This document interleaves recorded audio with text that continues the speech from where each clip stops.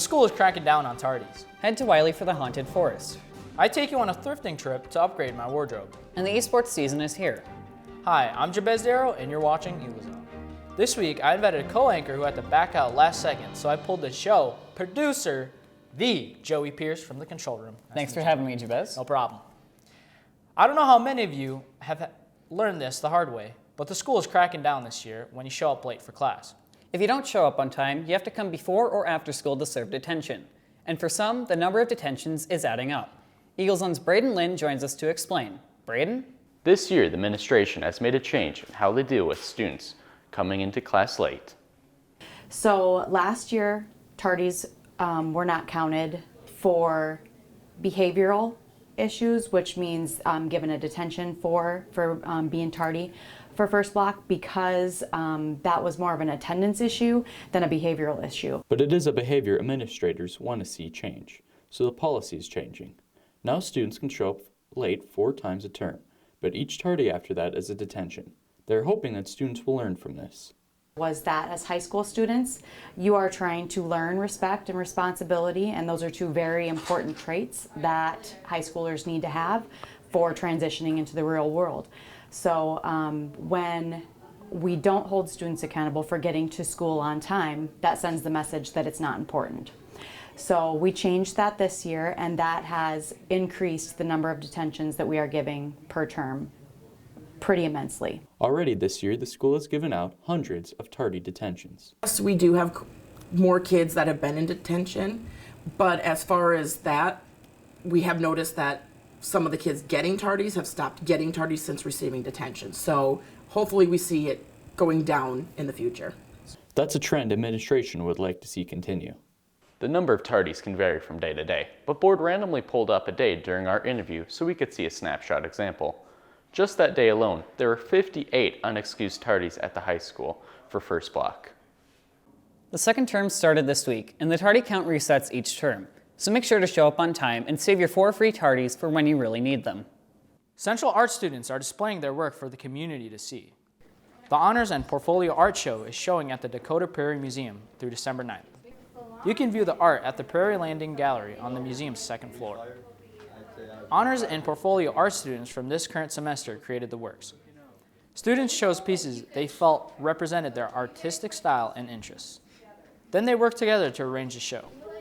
If you'd like to take a look, the museum is open Tuesday through Friday, 10 to 5, and Saturday, 11 to 4.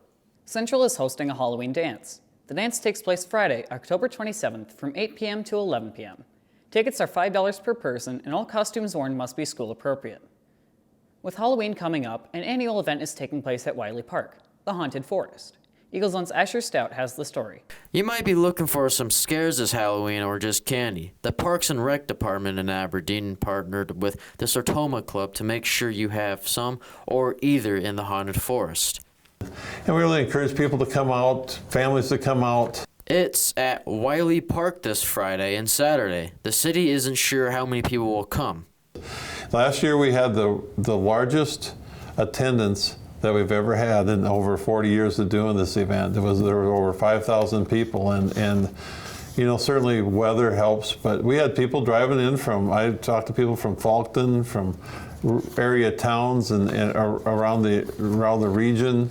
And so, you know, I just think people like Halloween, right? Organizers have taken steps to keep the event open to anyone who wants to come. For example, who want to be scared, a lot show up after 9 p.m. If that's not what you want, there is more light at 6:30 when the forest opens. There is also a matinee option at Saturday from 1 to 3, which is basically trick-or-treating through the haunted forest.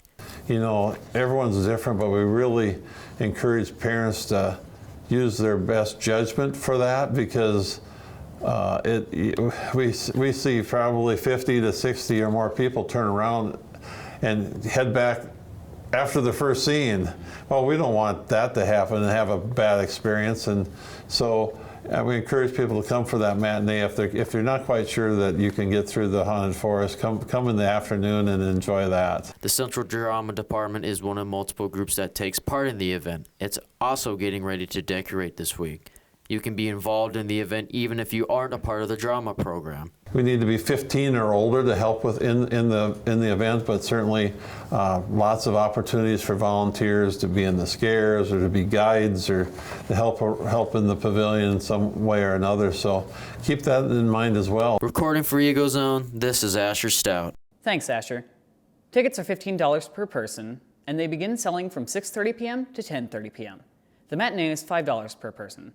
If you want to avoid lines, you can purchase tickets in advance at Aberdeen Parks and Rec or a few other area businesses. Visit AberdeenHauntedForest.com for details. Recently, I have been running out of suits to wear for Eagle Zone, so I thought I would take you guys on a journey with me to one of the best thrift stores in the state, Salvation Army. What's up, guys? Today, me and Cam are going to be going to Salvation Army to go look for some new suits to wear on Eagle Zone here. So we're going to be heading there right now. We'll see you guys when we're there. What's up, guys? Welcome back. We're at Salvation Army. So let's head inside here and find a new suit. Oh, dick. Look at that. These fire. Oh, purple and gray? Think that's fire? Or should I get like the Eagle Zone colors? You could get that blue and gray one. This one? That low-key be tough. Low-key tough, yeah. We got a couple ties here. You know, I gotta be looking for some nice shoes. You know, these don't look half bad. Okay, so right here. Just plain black shoes. That'd be tough. Plain black, not bad. Look at that! Look at that lining. This lining is tough. And this is from Stanford. Look at that. Boom. All right, so I'll be trying the pink with the nice holiday tie, and the black with the drip here. So I'll be right back, guys. Ow. So this is the fit after. You know, I feel like I look pretty good. I look pretty decent. All right. If you guys come in here, come on in here. So you know, it looks good. All right. But you know, I'm just a freaking monster, and my wrists are massive. So this watch right here, this limited edition 24K carat gold watch, it doesn't fit, and it can't fit my ginormous wrist. All right, so I spent $35 on some random stuff. Show him the thing you got off camera. All right, so I did get this off camera, so I think that's why. But this was $6. It was worth it though. A quick lesson to pass along to you: don't go thrifting if you're feeling impulsive. When I thought about it, I decided I didn't need to spend that much. But as you can see, I couldn't return the clothes. We'll be right back after this message created by media production students. Through the wasteland, through the highways, and on we'll go. Come on, man, that was my jam. Yellow. Bro, where are you? Class, it starts in 5 minutes. I'll be fine. Okay, well, Schaffhauser's gonna kill.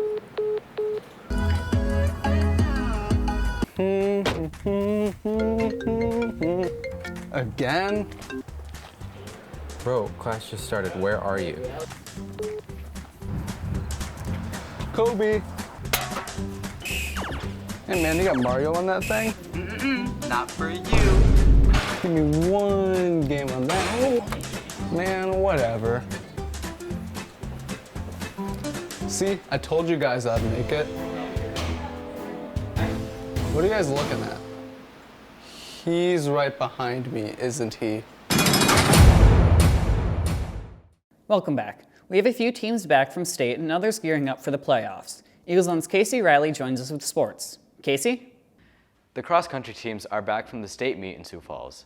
The boys team finished in 4th place overall.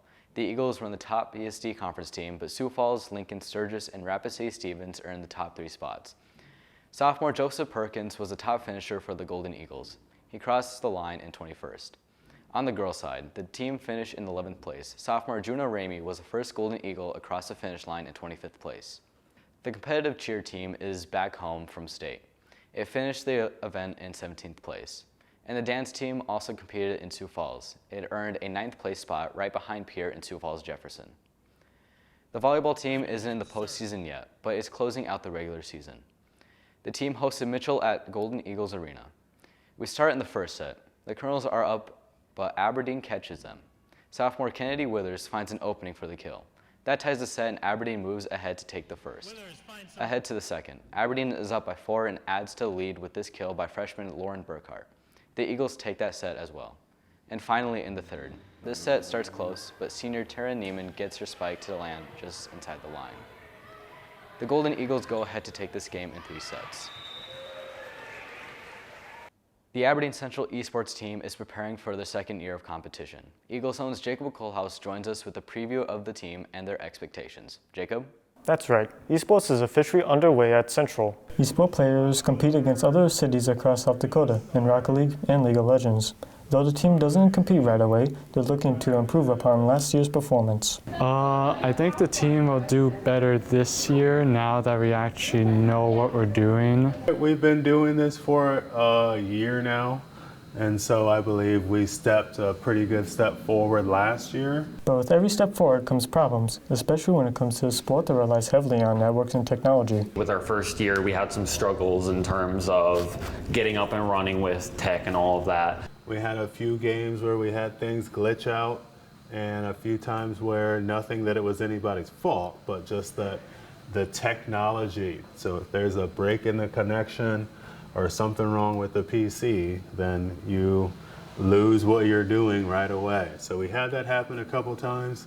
That's more what I'm worried about. We're ready to compete. Player attendance is another issue the team hopes to tackle this year. There weren't as many fresh faces this year as I was hoping for, so I'm a little worried that if we can't keep bringing people in, we'll struggle to stay afloat in terms of team sizes and substitutions and all of that. But past that, I'd say we are down pretty solid and we got this. And a new game was added this year, chess. Though the team currently lacks interested players, Cobbs is searching for more. So if you play chess, if you play online chess, if you play any sort of chess, I will take you. The team isn't just looking for chess players though. If you are interested in any 3 of the games, you can talk to Mr. Cobbs about joining esports. Thanks, Jacob. Esports has a few months before they compete. We'll cover results of those games on later shows. And the football team starts the playoffs this week. The Eagles travel to Watertown Thursday to take on the Arrows in the first round. We'll show results on our next show. Jabez and Joey? Thanks, Casey. That's all for this episode of Eagle Zone. You can always watch our stories by scrolling down to the Eagle Zone section of the school district website. That's aberdeen.k12.se.us. We'll leave you this week with more video of art in the museum. Along with my co-host, Joey Pierce, it's Jabez Darrow signing out with Eagle Zone.